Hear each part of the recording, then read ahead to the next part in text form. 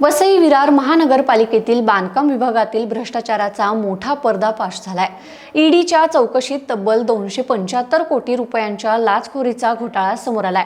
माजी आयुक्त अनिल कुमार पवार यांनी बांधकाम परवानग्या देण्यासाठी प्रति चौरस फूट 50 रुपयांपर्यंत लाच घेतल्याचे दस्तऐवज आणि चौकशीतून समोर आले। ईडीच्या चौकशीत मिळालेल्या माहितीनुसार वसई विरार नालासोपारा नायगाव शहरातील तब्बल 5.51 कोटी चौरस फूट बांधकाम क्षेत्राला बेकायदेशीर परवानगी देण्यात आली।